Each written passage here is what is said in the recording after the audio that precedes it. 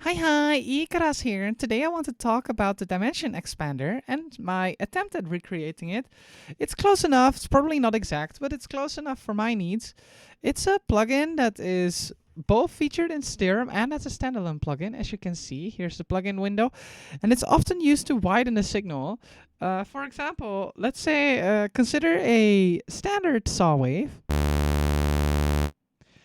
Let's run it through Dimension Expander. Suddenly it became wider and as a stereo image. And then with size, you change the sound of it a bit.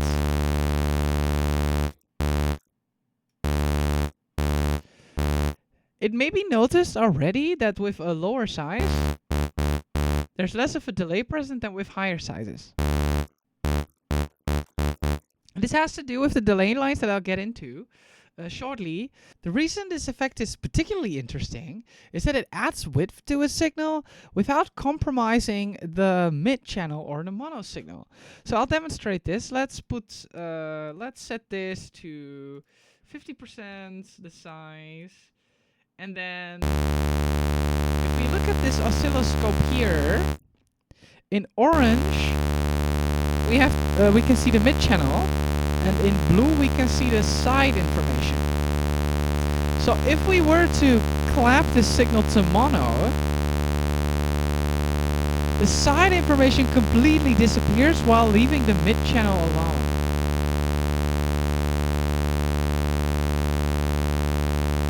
And that's what makes this particular effect so interesting. It is therefore highly applicable to bass sounds. Because typically it is desired for the lower end of the bass sounds and the sub bass to be in mono, such that it is more compatible with subwoofers. Insert a citation. And that's what makes this plugin fairly interesting, because all the width that it adds does not compromise on a clean mids, as we saw on the oscilloscope. And so here is my recreation of it.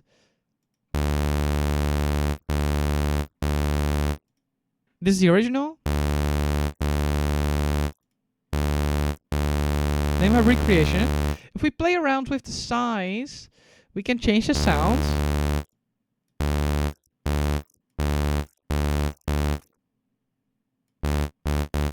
With less delay and more delay. Similarly to the dimension expander.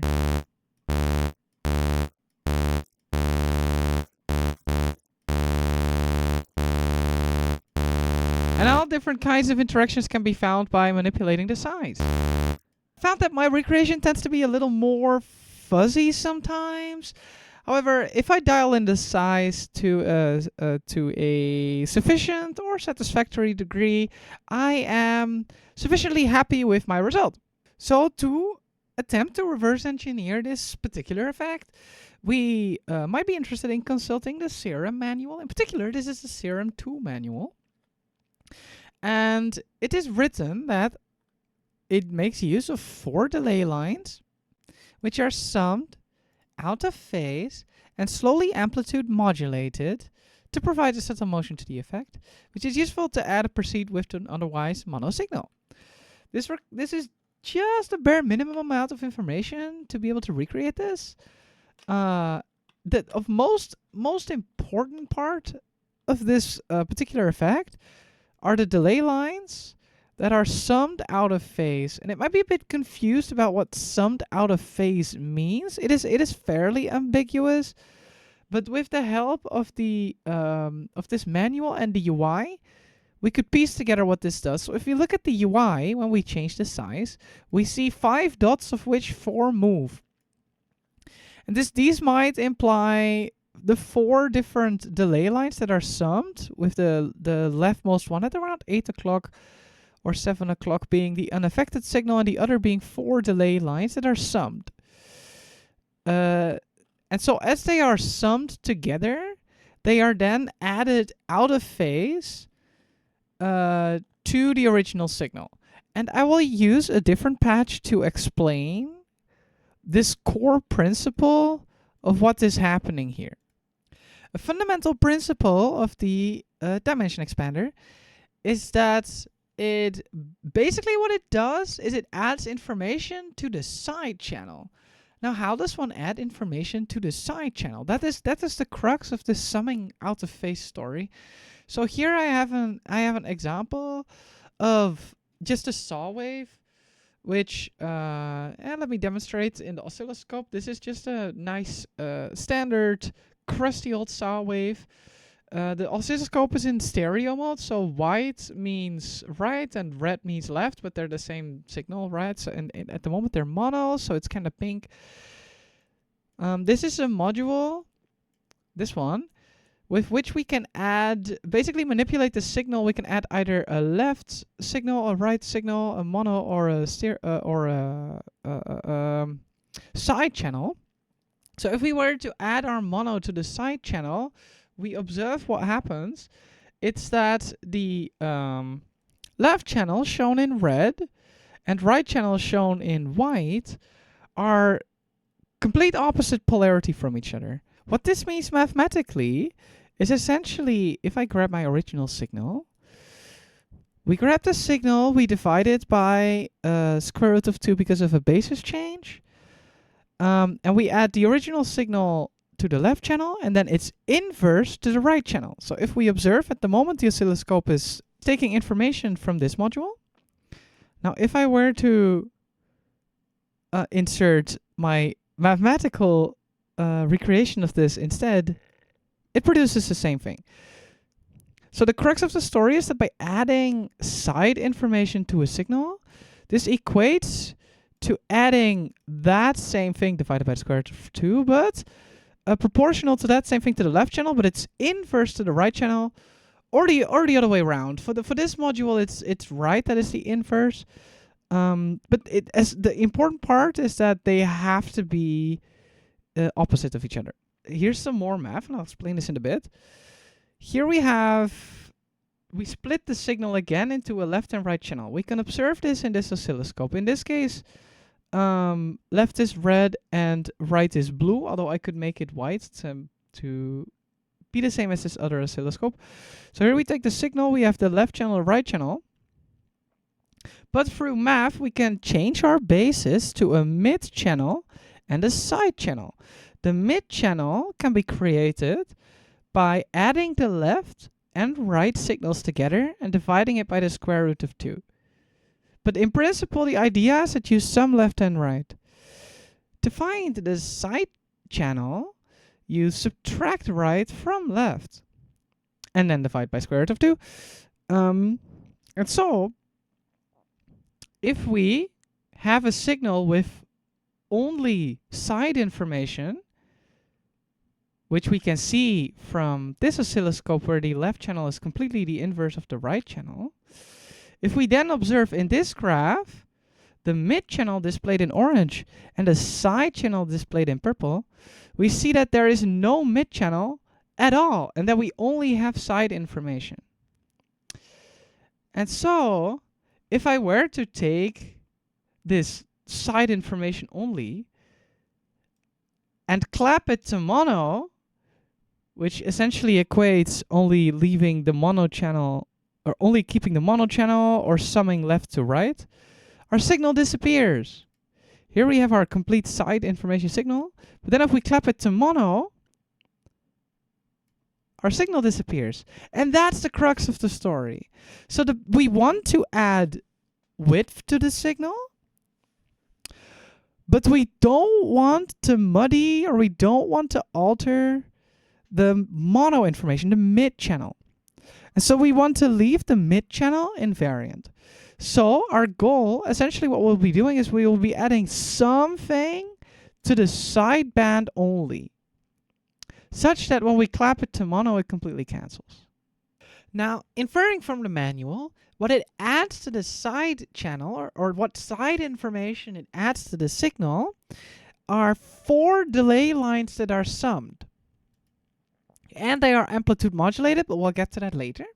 So, go back to Bitwig. And the 4 delay lines are displayed over here. We grab our original signal. We make 4 delay lines using the delay module. And we set them to different delays, as hinted at with the size knob, where these would be different delays or delay amounts, which are here controlled using this knob. See the blue in the delay knobs going up and down. And then they are summed and added to the side information of our original signal. Remember, this means that this signal is fed into the left channel and polarity inverted into the right channel. But just adding it to the S here is a shorthand for this. So then, to understand how much delay I need to add, I bounced a short snippet of audio, and I measured that roughly at full size, the furthest delay line would be about, let's say, 190 milliseconds, 200 milliseconds-ish, and it sounds similar. Let's take a look. If we up our size completely, we do the same thing here.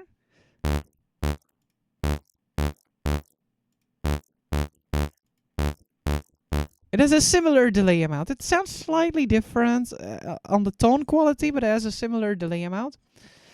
And then it seems, from judging by the UI, that they're roughly equally spaced. I mostly judge from the UI because it's fairly difficult to reverse engineer from, like in a spectrogram or etc., to reverse engineer exactly the values. But I assumed that they were roughly equally distributed. And so with this procedure, we have the size knob down and the delays, which are then fed into the side channel. So the only thing that's left is to do amplitude modulation. Now this amplitude modulation, I assumed it judging by the UI and how the oscilloscope moves. Judging by how the oscilloscope moves and the UI of the dimension expander, I figured it would probably be an LFO of a sine.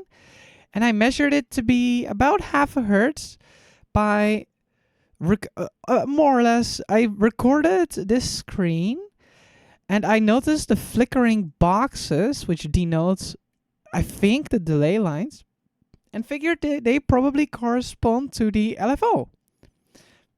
And therefore, by making a screen recording of this UI, I approximated roughly LFO of half a hertz. Roughly. This is very approximate, but you know, I could tweak this value in my plugin now, or in my recreation now if I wanted to. And then this complicated circuit is essentially just me being stubborn and not wanting to grab 4 LFOs. So what I do here is I first make this LFO signal bipolar, which means if we take a look at this LFO, it's a unipolar. So the values are between 0 and 1 of this LFO. By making it bipolar, it goes from -1 to 1. That is its range. And I was really, really, really stubborn not to grab like 4 LFOs. I figured it would be turbo unnecessary. And I noticed this knob, or this value here, this -90 degrees. And what this signals is, as it shows on screen, is that it's the right channel phase offset. So I just phase offset the right channel by 90 degrees, then did a mid-side split. So I have the left channel being 0 degrees offset, then a 90 degree offset. The 180 degree offset is just left, but then inverse. And the 270 degree offset is just the right, but then inverse. And then I multiply the delay lines with this sine, which is the amplitude modulation.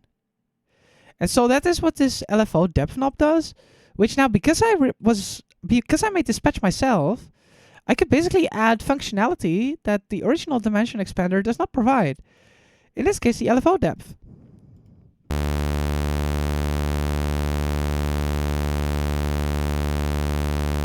Which determines the amount of amplitude modulation.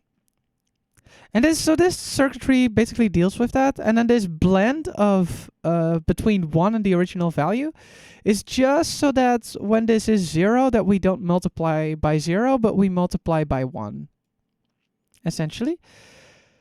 And that's really it, to be honest. And by having this patch myself now, this gives me a few things. First, it gives me the option to tweak some of these values. If I wanted bigger delay lines or or bigger delays in the delay lines or smaller delay but more control, I can change this now. If I want a different particular modulation curve, or if I want different LFO shapes or different amounts of LFO, or maybe I even want to put something else in between the delay lines. In the future, I would like to figure out how the hyperdimension works. For now, this has been Ikras, and I hope that the dimension expander is now more clear to you.